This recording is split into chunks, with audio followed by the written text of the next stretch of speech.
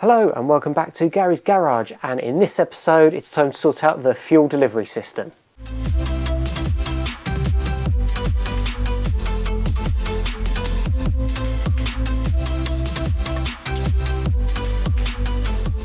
Those of you who were watching last time will have seen that we made a new platform for the fuel tank to sit on to move it further back into the boot, and made a start on sorting out the holes down the back where the fuel is going to go. So the task today is to sort out the fuel coming from the top of the tank down to those holes underneath the car and then back up into the engine bay. So I think we will start at the far end in the engine bay and work our way back this way.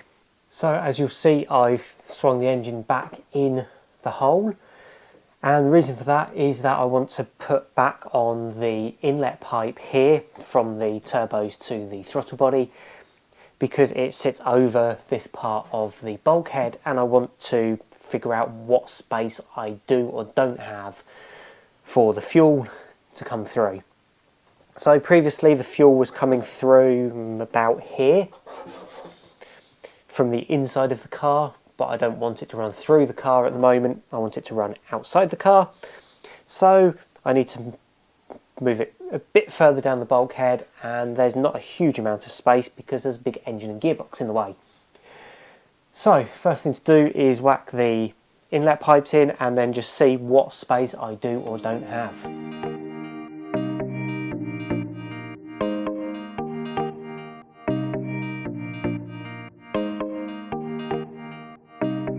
Okay, so we're now in roughly the position we are, and we've got a little bit of space under here. So what I would like to do, if I can squeeze it down the side here, so up the transmission tunnel, is to bring the fuel through on this bit of bulkhead here. This is still outside of the car. Here is inside the car. And then that will then be a nice short run up to the fuel rails just under here. But what I also need to sort out is where the fuel pressure regulator is going. And if you remember, it was up on this panel here with quite a run of pipes. So if I can find somewhere a bit closer, that means a shorter run of pipes, then even better. So there's going to be quite a bit of head scratching with this and moving components around.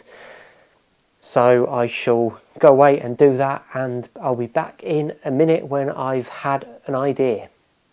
Okay, so after some deliberation, I have come up with a solution which I think is going to be quite neat. And my aim really is to tidy up the engine bay a bit. And this is what I'm proposing. So I'm going to try to, or I might put my brake and clutch master cylinder reservoir back there, and this bracket has one of the bonnet supports or flip front supports and locks, so I might leave that there. And I'm going to move my heater inlet down to in here. And I'm going to do away with the valve in the engine bay and put that inside the car. So these two heater hoses here will come up and just sort of tuck round straight into the union just in there. And then the fuel, well, that pressure regulator will sit about there.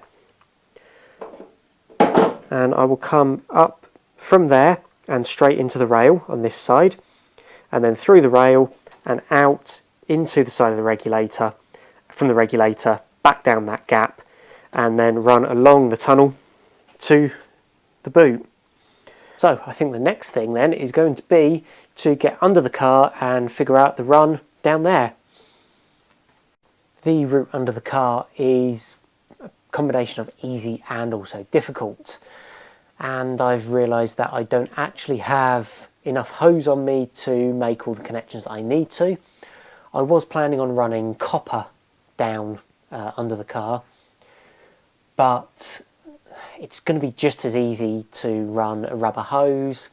It means a couple fewer joins. I can just go AN bulkhead here all the way through in rubber hose to an AN fitting straight onto the engine for the feed, and then the return can go from the fuel rail into the fuel pressure regulator, then out from there on an AN fitting on some slightly smaller hose, all the way back to here to the bulkhead fitting, and then up and into the return on the tank. So that's, yeah, going to be much better than running bits of copper down. I can also then route it a little bit easier and tweak it as I go, rather than try to get a massive, great big sort of 2 or 3 metre long length of copper pipe in just the right shape, with all the bends where I want them, and get it in the car. Yeah, that's just going to be a pain. So I'm going to go away and order some rubber hose, but there's nothing to stop me doing the bulkhead fittings and sorting out the power cable, which is nice and flexible and can run down the car, and that can give me an idea of the route. So I'm going to move the tank out of the way, get the AN bulkhead fittings in for the fuel, and get the battery cable through as well, and begin to run that under the car.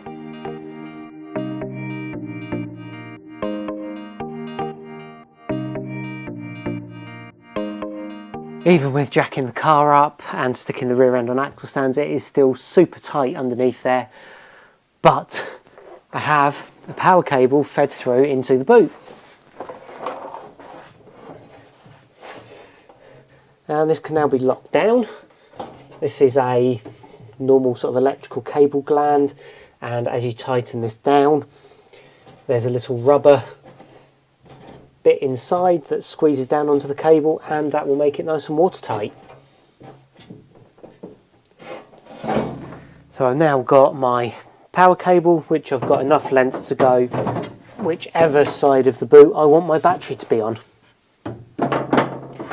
And I've also done up the 2 AN bulkhead fittings here, and I can at least reach those from underneath when I finally work out the length of hose that I need and get that all sorted for there.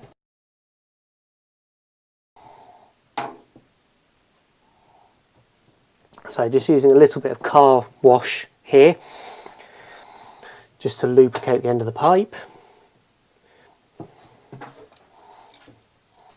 That probably will stay on just with without the clamp, but put the clamp on just for a little bit of extra support.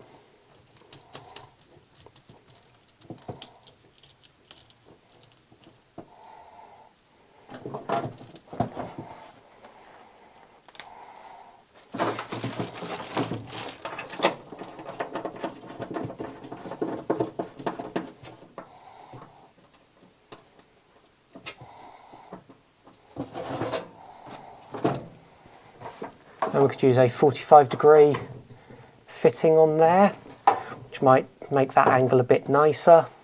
Or I could use a 90 or a straight and see what a straight looks like.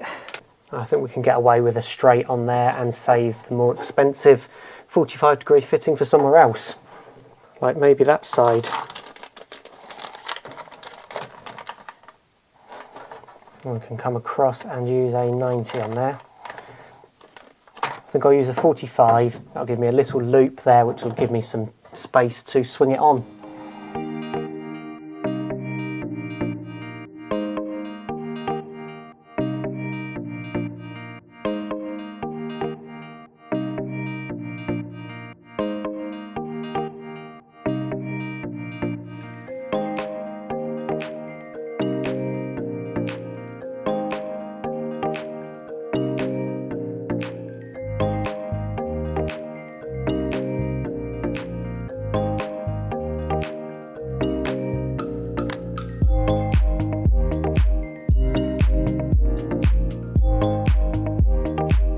Okay, so that is that mounted. Don't worry, I will not be using those self-drilling screws long term. I will probably replace that with a couple of rivet nut inserts and some nice bolts. But for now, that will do. So that's our fuel feed into our one-way valve, into our filter, down to under the car. So what we need next is our return, which will come up from here and up to the top of the tank. And I think I will do a similar thing, a 90-degree, round, up, and then poke it into the top of the tank along here. And then when my next delivery arrives, there'll be some nice P clips, which I can use to pin these cables back, or pin the hoses back, and keep that all nice and neat.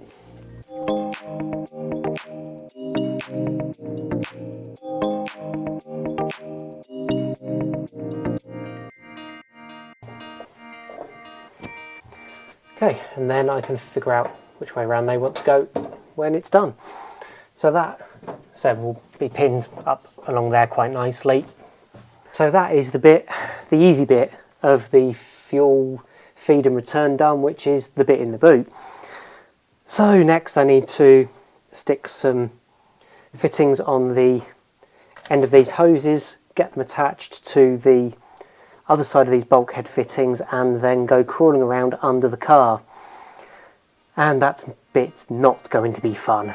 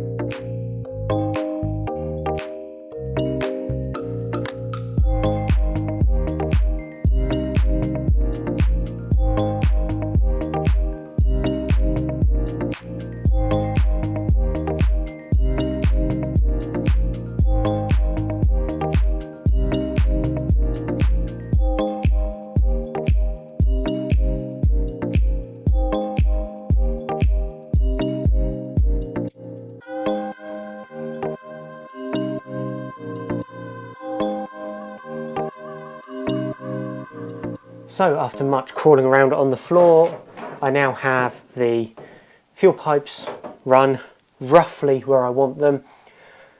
I can see roughly where clips need to go, and the next thing to do then to sort these out will be to get the engine and gearbox out again so that I can get these clipped up underneath, because they do run along the tunnel and up obviously the bulkhead here, and I can't clip them in with all this stuff in the way. So out comes the engine yet again. Okay, so the engine is out and on the floor just in front of me, and I've got the garage door open because it's another nice sunny day again. And I need to attach these two fuel hoses. And to do that, I'm going to use these little rubber coated P-clips and a M6 bolt. I will weld these bolts to the underneath of the car and then put the two clamps on like that, with one pipe running through each, and then a washer and a nut, and that will hold it up out of the way quite nicely. So I need to crawl underneath with the welder and get that done. Okay, so I've got the fuel hose clipped along there, and that goes down under the tunnel, crosses on top of the gearbox and runs down either side of the tunnel all the way down to above the rear diff.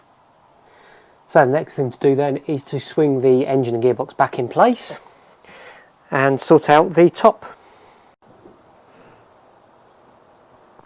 Okay, so with the engine and gearbox back in place, I can now figure out what I'm going to do with these fuel hoses and joining them up to the fuel rail and the pressure regulator. So the two options I've got are to come straight into the rail and the regulator. up from underneath this lip, or the other option is to put a couple of bulkhead fittings in, because I've got a little bit of an overhang here. That was going to be my first option, but looking at it now that I've got everything in place, that's actually going to mean a little bit of crossing over of the feed and return into the regulator, which isn't actually going to be as neat and as easy to plumb in as it is going to be just going straight to the rails. So that's what I'm going to do. So I can chop these off to a more reasonable length and give me less getting in the way to play with, and I can always change my mind at a later date and put in the bulkhead fittings if that's what I decide to do. So let's chop these down, and then we will go to the back of the car and just finish affixing the other ends of these hoses in the boot where they come up around the tank. And then I think the next thing to do is to try to finish off all of the brake and clutch pipe work and just try to get all of that plumbing done.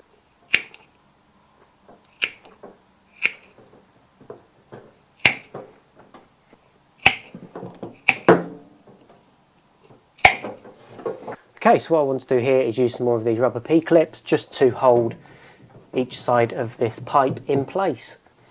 So I will drill a pilot hole, screw these on. I will be replacing these screws with riv nuts at a later date when I get hold of my riv nut gun.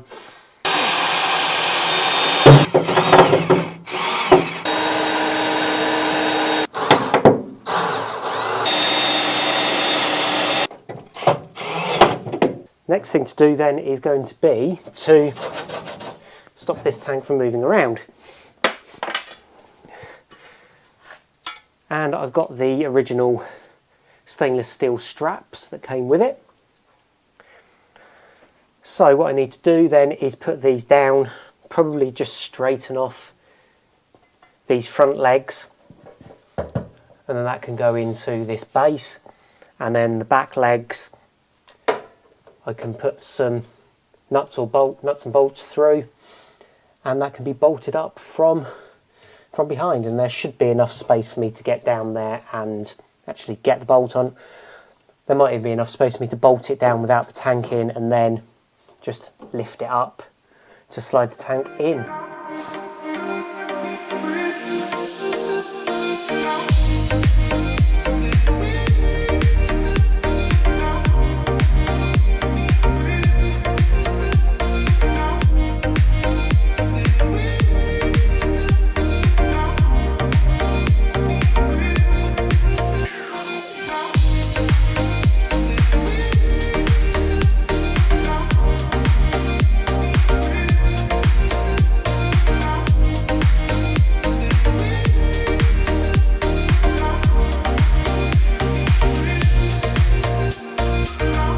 I've got my bolts through here now, and I've squared up or straightened up this edge. So we can put this on, bolt it down, and then slide the tank in and mark up for where we need to go on the front.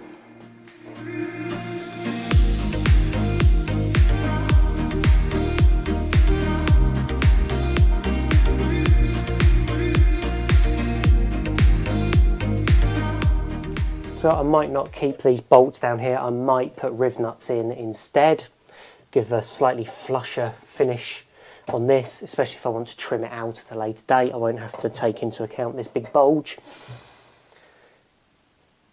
So that's looking pretty good, other than I've just trapped my fuel hoses down the back, but that's easy enough to get the tank out again. So I think what we'll do next is move on to the inside of the car and try to sort out some more of this brake and clutch pipe work.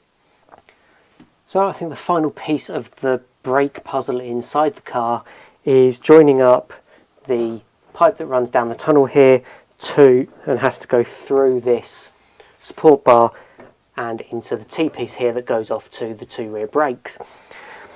So what I think we're going to have to do is drill 2 holes through here, feed the pipe through with a couple of grommets on so that it doesn't rub and vibrate, and then a little loop on this side and a join on this side to the existing union I've already got there.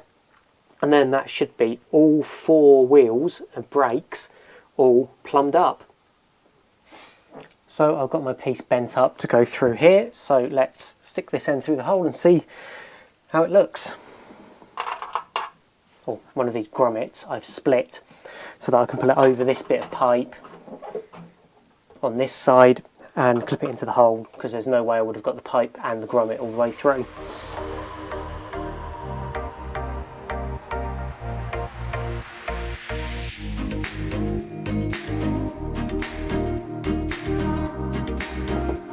And there we are.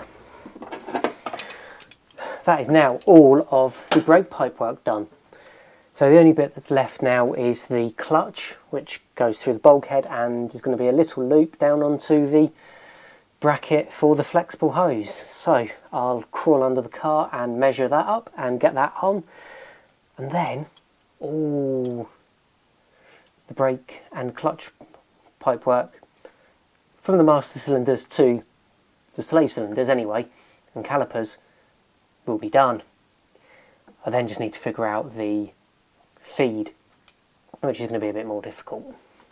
So I've made up the clutch pipe, and I'll no doubt show you a shot of what I've done there the next time the engine's out. But while it's all in, the next thing that I want to do is sort out the heater feed that's going to go from obviously the engine and through this hole here. And I've got this bulkhead adapter which I was using previously. That was about there before, but it's not going there in the middle. So this is the blanking plate that was over this hole on the opposite side. So I will repurpose this, and that will go on there, and the bulkhead fitting will go in the middle of that. And then inside I can hook up the valve and pipes on the outside. So I need to mark this up, chop it out, drill out 2 holes for that to go through, and then get that bolted in place.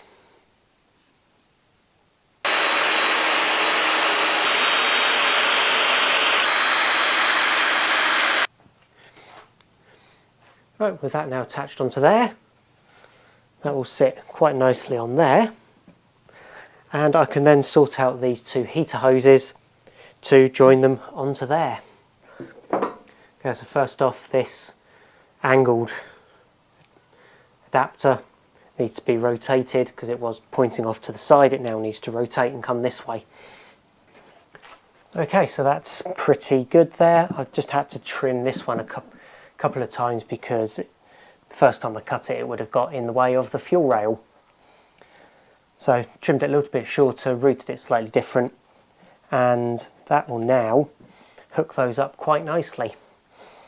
And nice and easy to get to in order to disconnect them when I need to take the engine out.